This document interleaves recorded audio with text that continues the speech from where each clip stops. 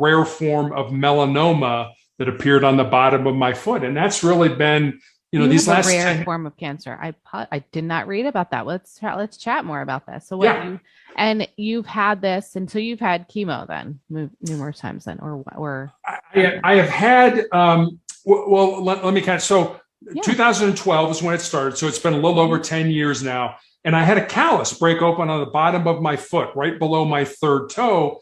And initially I didn't think much of it because as I mentioned, I was a high school basketball coach at the time and you're on your feet a lot. But after a few weeks of it not healing, I made an appointment and went to see a podiatrist, a foot doctor friend of mine.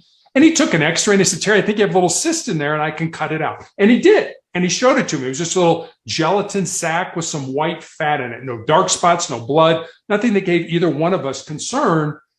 But fortunately or unfortunately, he sent it off to pathology. And then 2 weeks later, I get the call from him. And as I said, he was a friend of mine. And the more difficulty he was having explaining to me what was going on, the more frightened I was becoming until finally he just laid it out for me. He said, Terry, I've been a doctor for 25 years. I have never seen this form of cancer. You have a rare form of melanoma that appears on the bottom of the feet or the palms of the hands. And because your cancer is so incredibly rare, he recommended I go to MD Anderson Cancer Center in Houston to be treated. And that's kind of what started this whole It's like odyssey. MD Anderson, St. Jude's, or, up by Sloan Kettering, certain things are, you got to go where specialists are. You do. And I had never heard of anybody who had melanoma on the bottom of their feet. I'm like, no, melanoma is a sun disease. It's, so that's the pigment in your skin.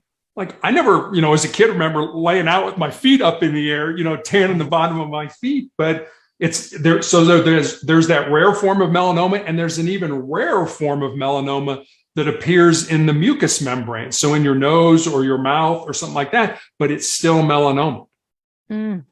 That's so, and they don't know genetically where or what you may have gotten it or like through the. No, a couple summers ago, I had some genetic testing done, all 88 genes at the time that they know of or suspect cause all different forms of cancer. Yeah. And I have no mutations in any of my genes.